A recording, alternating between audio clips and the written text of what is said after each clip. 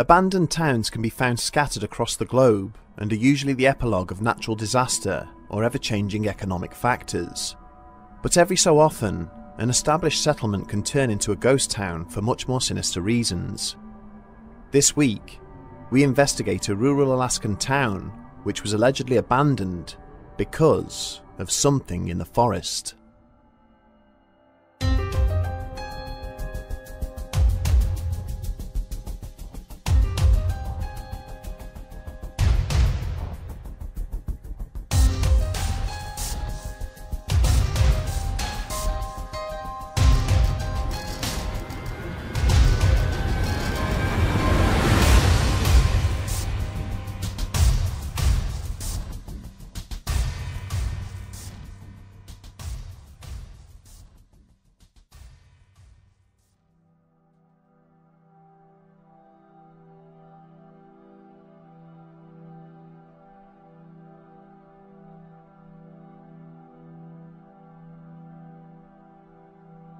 The hunting party had been missing for 3 days.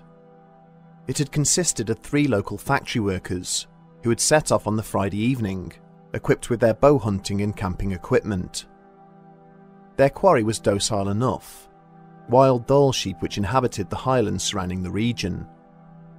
The excursion was supposed to have lasted for 2 days, but when the men had not reported for their shift at the town's cannery on Monday morning, their fellow workers had expressed concern.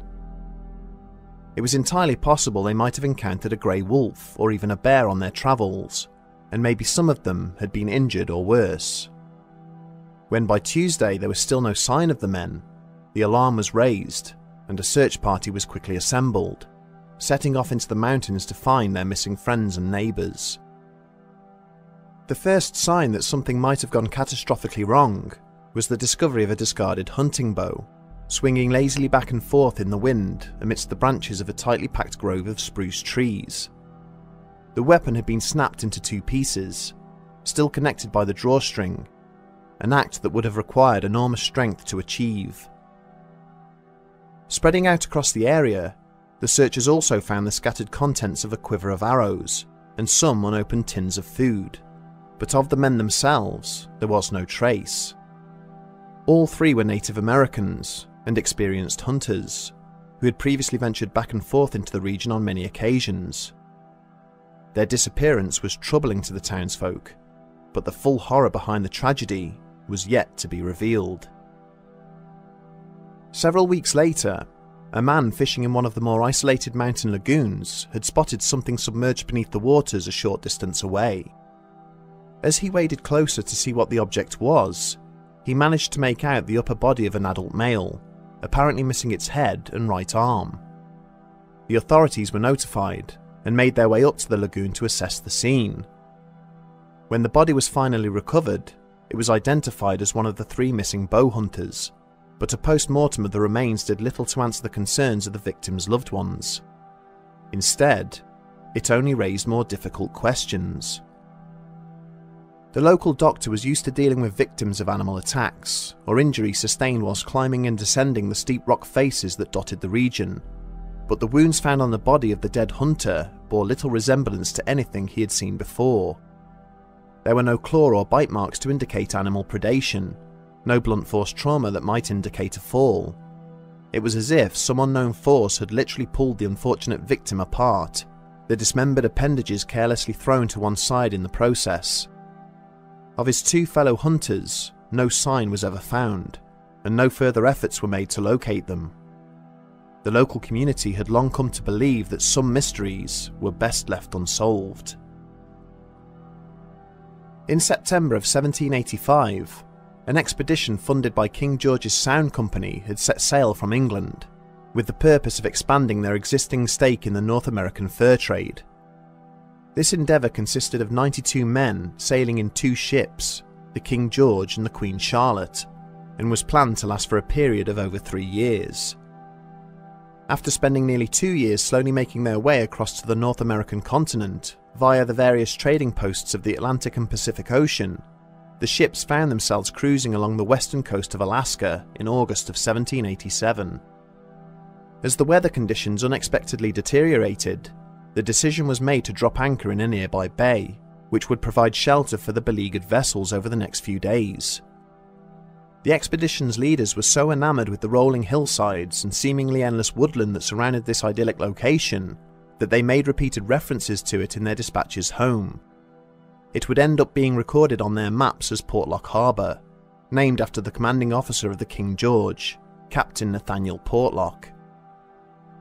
Over a century later, an American company constructed a sizable cannery at the bay to service the large fishing fleet they had deployed to take advantage of the region's bountiful supply of salmon. A substantial community soon grew up around this cannery, housing both its employees and those of the associated service industries, and in time, this settlement and its amenities would formally be recognised as Port Chatham. Almost immediately, the residents of the remote outpost learned that it was unwise to venture too far into the beautiful countryside which surrounded them.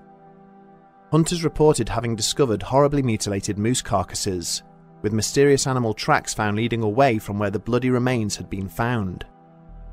The records of the cannery supervisors show that at one point in 1905, all the indigenous Aleut workers at the plant had refused to come to work.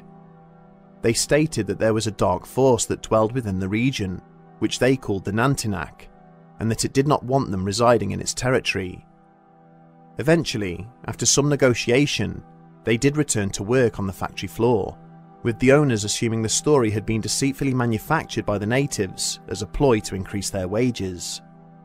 But the killings continued, and soon it was the bodies of the hunters themselves that were being recovered, hideously maimed and brutalized, or sometimes not even found at all. Gradually, the attacks crept closer and closer to the settlement, until finally, the community chose to act. In 1936, the cannery was closed down, and the entire population gathered its belongings and departed Port Chatham for good. One of the most notorious incidents that would lead to the eventual evacuation of Port Chatham occurred in 1931, when a popular and easygoing resident by the name of Andrew Camlock was found dead in the forest, not far from the edge of town. Camlock was a logger and no stranger to being alone for long periods of time out in the woods, but it was the manner of his death that would so shock the community. Camlock's lifeless body was discovered face down, with the entire back of his skull completely smashed to pieces. Approximately 15 feet away from his remains, a large industrial piece of logging equipment lay discarded at the foot of a tree, covered with the dead man's blood. Some tried to explain the incident away by claiming that Camlock must have fallen against the equipment and banged his head. However, the fact that the body was so far away indicated to most people that the machinery had instead been picked up and used to stove his head in, before being hurled to one side. The fact it took between 3 and 4 men to lift and recover the equipment after the event only served to cause further consternation for those investigating the death. Another disturbing incident had occurred back in 1920, when a party of bow hunters happened across a houseboat, which had become stuck in the banks of the Yukon River, having drifted from further upstream. The exterior of the vessel was covered in what appeared to be blood, and when the men had cautiously entered, they found its owner dying in the depths of the boat's interior. Albert Petka had always been something of a loner, who had chosen to live life away from the rest of society, habitually mooring his boat in the remote Nulatu area. Between his dying breaths, he was briefly able to relate to the terrified hunters what had happened to him, and how powerless he had been to stop his own murder. The dying Petka explained that he had been residing inside the cabin one evening, when he heard an unnatural howling sound coming from somewhere nearby. Dressing and arming himself, he'd exited his home to find a monstrous fur-covered figure slowly approaching his craft, shouting in a threatening and confrontational manner. He'd raised his rifle to fire, but the creature had attacked with enormous speed, casually swatting the weapon away and smashing the helpless Petka repeatedly against the hull of his own boat. Eventually, having inflicted horrifying and ultimately fatal injuries on Petka, the attacker had carelessly dropped him to the ground and carried on walking along its original path. When the unfortunate hermit's body was later examined by a doctor, he was at a loss to explain what kind of animal could have caused such catastrophic internal injuries. The fact that it then left him for dead rather than feasting upon his remains made his death seem even more senseless. Despite having been completely abandoned by the end of the 1940s, sightings of mysterious creatures in and around the vicinity of Port Chatham have stubbornly persisted. Local newspapers reported that in 1968, a goat hunter claimed to have been chased out of the derelict town by a terrifying creature that had stalked him through the countryside for several days, before trying to trap and eat him. Then, in 1990, an ambulance technician in Anchorage related the story of how he had been sent to the city's Eagle River jail to treat a 70-year-old native inmate who had suffered a suspected heart attack. As the two men had been chatting, the Aleut detainee had mentioned that he had been born and raised in the town of Port Graham. The conversation had eventually progressed onto the subject of nearby Port Chatham, at which point the paramedic had asked the prisoner if he believed in any of the stories of the monsters that allegedly lived there. At this, the man suddenly sat bolt upright, his eyes full of fear. He explained to the emergency worker how in August of 1973, he and two other members of the tribe had gone hunting at one of the upper lagoons in nearby Dogfish Bay. One evening after a dinner of broiled salmon, which they had caught earlier on, they had retired to their sleeping bags, only to be woken by the sounds of someone moving around immediately outside their tent. As the three men had nervously reached for their weapons, they could hear the sounds of loud footfalls, walking in a steady and deliberate manner, circling the tent. This was accompanied by a heavy breathing sound, and the noises of someone apparently handling the pots and pans they had left outside from the meal. It then slowly receded, heading back into the forest. When they ventured outside the following morning, they discovered that the remains of the cooked salmon were gone, along with several of their food containers. Unnaturally large footprints were also found, pressed deep into the mud around the tent. For the next 2 evenings, the hunters ensured that they left the remains of their evening meal in plain sight, with their unknown visitor again returning on both occasions to relieve them of it. When the paramedic asked if this could have simply been a bear, his patient was adamant it was not. The intruder had made no threatening sounds or gestures, or any attempt to interfere with the tent, despite knowing that the men were inside.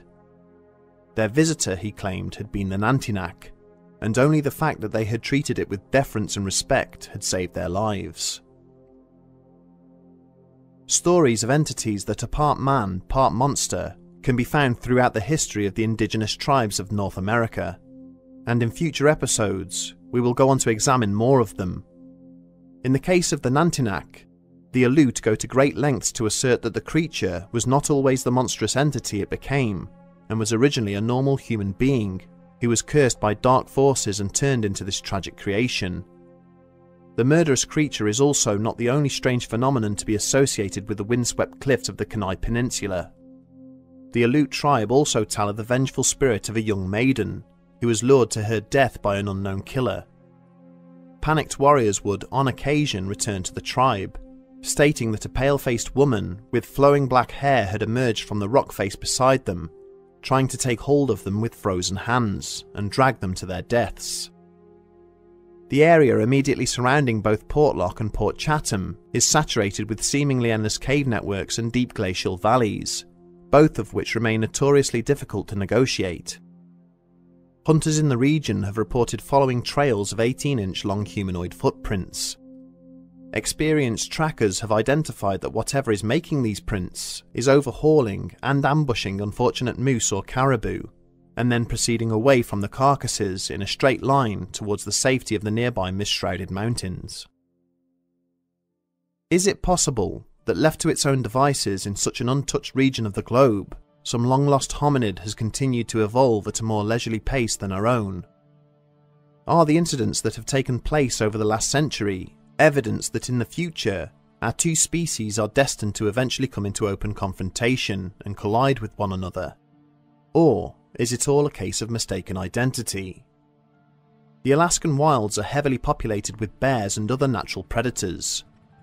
During violent and unexpected attacks by such animals in the confines of an overhanging forest canopy, or in the hours of darkness beside a fast-flowing river, it is possible that the memories of survivors might be compromised by the scary stories they were told beside a campfire when they were much younger.